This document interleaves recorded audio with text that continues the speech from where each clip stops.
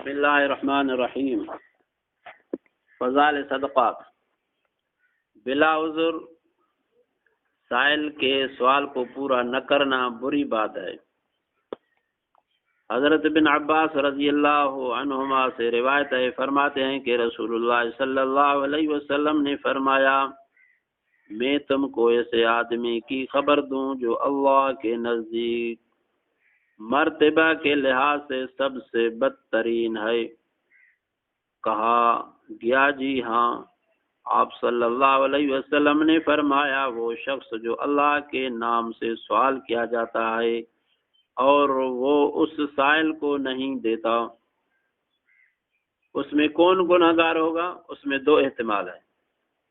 سائل گناہ گار ہوگا کیونکہ اس نے اللہ کے نام کی توہین کی ہے، کہ اللہ کے نام کو وحی کا ذریعہ بنایا۔ یسأل باللہ یہ مجہول کا صیغہ، یسأل باللہ مجہول کا صیغہ، اور ولا یعطا معروف کا صیغہ ہو، اور سائل واقعتاً مستحق ضرورت مند ہو اور مسئول کے پاس ضرورت سے زائد مال بھی ہو۔ بلا عذر اس وقت نہ دینے والا مسئول گناہ گار ہوگا۔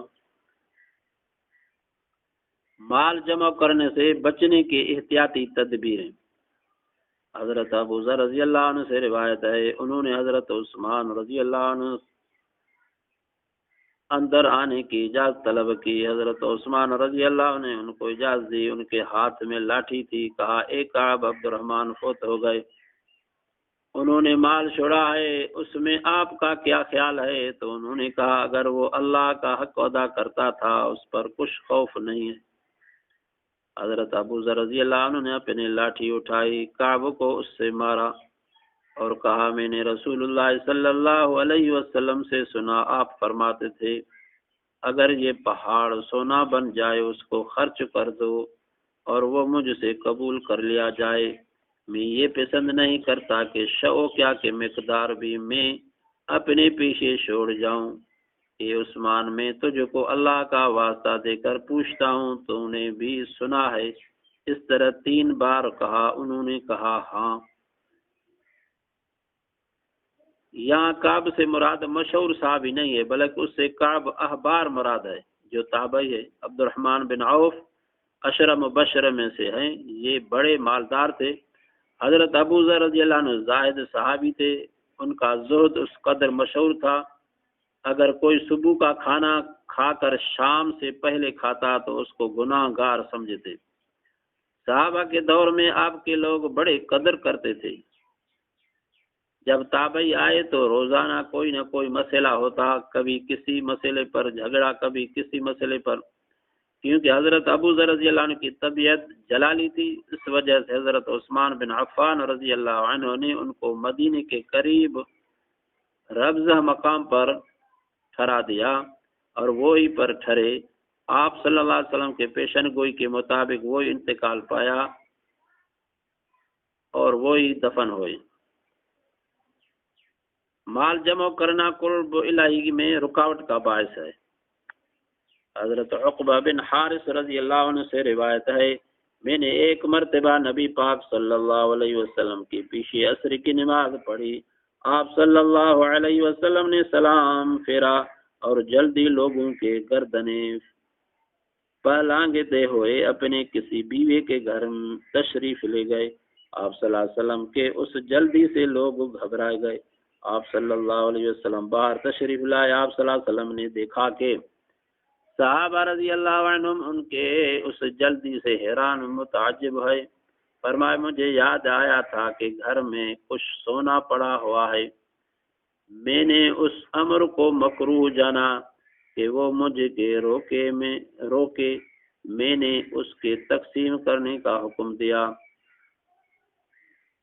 ایک روایت میں ہے، میں نے گھر میں صدقہ کا کچھ سونا رکھا ہوا تھا، میں نے ناپسند سمجھا کہ اس کو رات بھر اپنے پاس رکھوں۔ رسول اللہ صلی اللہ علیہ وسلم کو یہ گراں تھے، بس جو صدقہ ہے وہ دینا ہے۔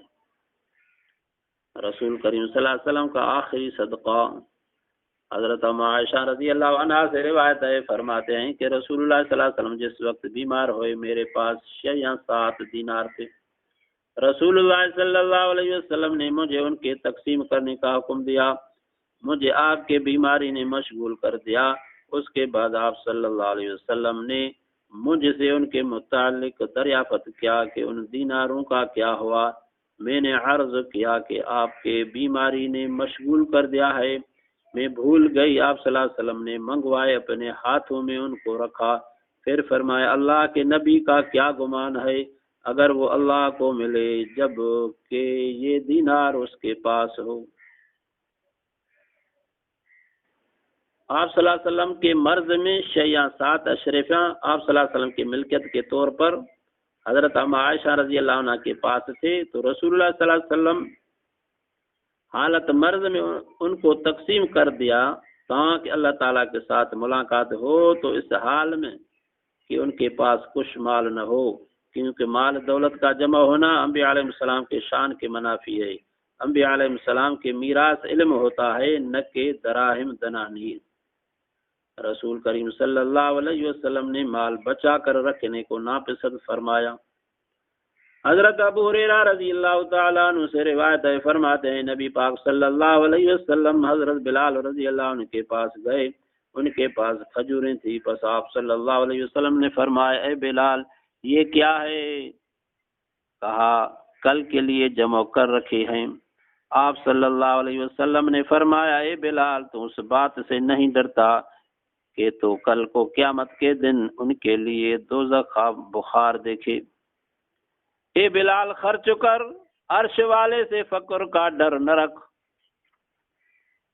بس جو ہے وہ خرچ کرو، اللہ پاک بری دینے والا ہے، سنیائی کا خوف نہ کر۔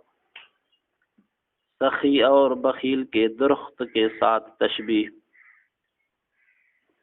حضرت ابو ہریرہ رضی اللہ عنہ سے روایت ہے، فرماتے ہیں کہ رسول اللہ صلی اللہ علیہ وسلم نے فرمایا سخاوت جنت میں ایک درخت ہے، سخی اس کے ٹہنیاں پکڑ لیتا ہے، وہ ٹہنیں اسے نہیں چھوڑیں گی یہاں تک کہ اس کو جنت میں داخل کر دے گی۔ اور بخل دوزخ کا ایک درخت ہے، بخیل اس کے ٹہنیاں پکڑ لیتا ہے، ٹہنی اسے نہیں چھوڑیں گی یہاں تک کہ اس کو دوزخ میں داخل کر دے۔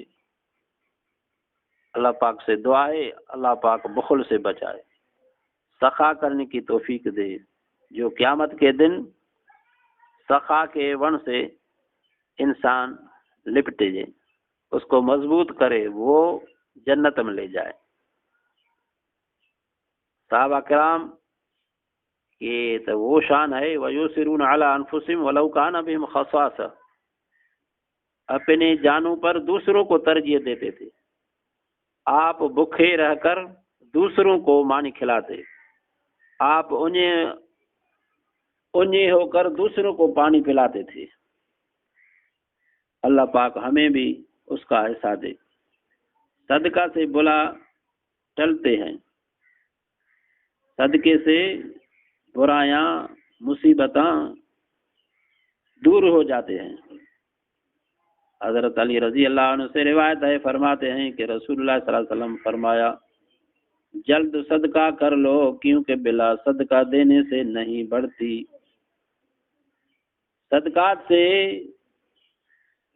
بلائیں اور آفات دور ہوتے ہیں، مصیبتیں بڑھتے نہیں بلکہ لوٹ جاتے ہیں، جیسا کہ حدیث میں ہے کہ صدقہ اللہ کے غضب کے آگ کو اور دنیاوی مصائب اور پریشانیوں اور بیماریوں کو کاٹتا ہے، اس لیے صدقہ دینے میں جلدی کرنی چاہیے۔ اللہ پاک سے دعا ہے اللہ پاک عمل کرنے کی توفیق دے۔